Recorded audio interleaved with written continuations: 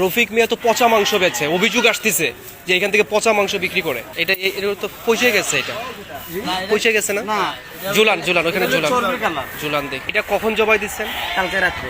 কালকে রাত্রে কয়টার দিকে জবাই দিচ্ছেন? কালকে রাত্রে 2:30টার দিকে। রাত 2:30টায় জবাই দিলে কি এরকম ডিসকালার হয়ে যায়? না, এটা না ফ্রিজে রাখি নাই স্যার।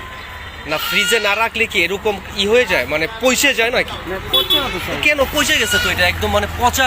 এটা পচা নাই স্যার। তাহলে কি এটা? 2:30টায় কেন আপনি 2:30টায় কেন জবাই দিলেন? রাত 2:30টায় বিয়ার মাল বিয়ের মাল সম্পূর্ণ দেননি কেন? বলো নিয়ে গেছে। বলন হয়ে যে আপনি হিসাব করেন নাই বিয়ের মাল কতটুকু লাগবে?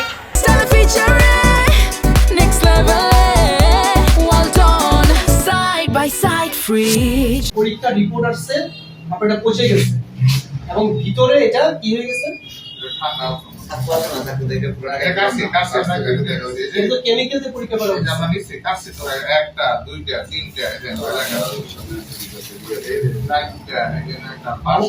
এটাও কিন্তু বোঝা যাচ্ছে যে পচে গেছে, দেখলেও বোঝা যাচ্ছে। এই যে আটটা কতগুলা কাছে এই কাটার পরে এই আমার কাছে গন্ধ আসে না, কারণ আমি এগুলো আপনি তো সব সময় হাতান, এর জন্য গন্ধ পান না। আপনি তো সব সময় জবাই দেন, কষাইগিরি করেন, আপনি গন্ধ পাবেন না। আর একটা জিনিস, গতকাল জবাই দিয়ে আজকে এটা ভালো থাকবে না। আপনি তো ফ্রিজে রাখেন নাই। নিয়মটা কি শোনেন? নিয়মটা হলো আপনি যদি এখন জবাই দেন, জবাই দিয়ে যেটা বিক্রি হবে না সেটা ফ্রিজে রেখে দিতে হবে। আর আপনারা কি করেন?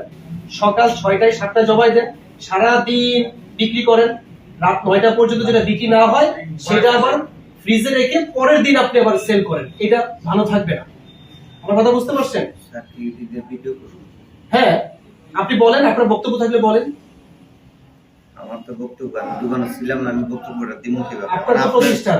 হ্যাঁ, আমার প্রতিষ্ঠান আমার ডাইকে আনছেন, আমার এই অবস্থায় না দেখাইতেছেন, ভালো জানেন মন্দ জানেন, আপনারা দেখতেছেন, আপনারা জানতেছেন। আপনি তো এটা আজকে জবাই দেননি তো? আমি তো স্যার দোকানে ছিলাম না, এই কথা তো আপনারা আমি প্রথম থেকে। এটা আজকে জবাই দিচ্ছেন কিনা? না, আজকে জবাই দিই।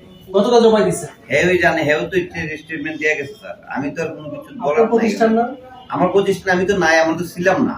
সে কি আপনার প্রতিষ্ঠান? আপনি কি যাকে তাকে ইচ্ছা মতো দিয়ে দেবেন?